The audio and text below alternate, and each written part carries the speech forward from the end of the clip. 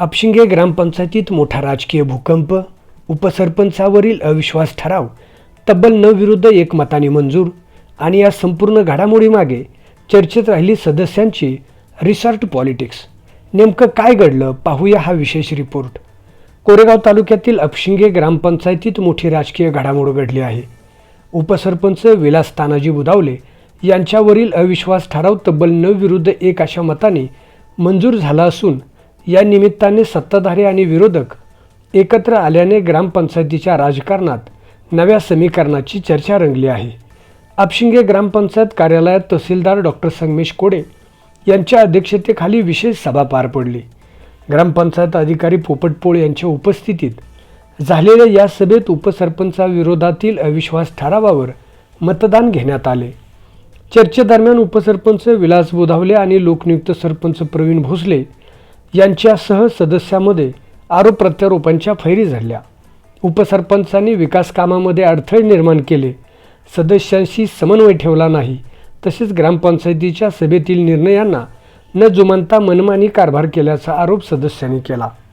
यानंतर नियमानुसार मतदान घेण्यात आले. 10 सदस्यांपैकी 9 सदस्यांनी अविश्वास ठरावाच्या बाजूने मतदान तर 1 सदस्याने विरोधात मतदान केले. त्यामुळे उपसरपंच विलास बुधावले यांच्यावरील अविश्वास ठराव बहुमताने मंजूर झाल्याची घोषणा तहसीलदार डॉक्टर संगमेश कोडे यांनी केली. ठरावाच्या बाजूने लोकनियुक्त सरपंच प्रवीण भोसले यांच्यासह नामदेव मोरे, संजय कदम, आकाश कदम, कमल काकडे, वैशाली पवार, नलिनी केसकर, रुक्मिणी कदम आणि नंदा कदम यांनी मतदान केले. दरम्यान या अविश्वास ठरावापूर्वी घडलेल्या एका राजकीय घडामोडीची तालुकाभर चर्चा रंगली आहे. ठरावावर स्वाक्षरी केलेले सदस्य ऐनवेळी फुटू नयेत म्हणून सर्व सदस्यांना 1 दिवस आधी गावातून थेट सातारा येथील एका आलिशान रिसॉर्टमध्ये हलवण्यात आल्याची माहिती समोर आली आहे. विशेष सभेच्या दिवशी हे सर्व सदस्य थेट ग्रामपंचायत कार्यालयात दाखल झाले.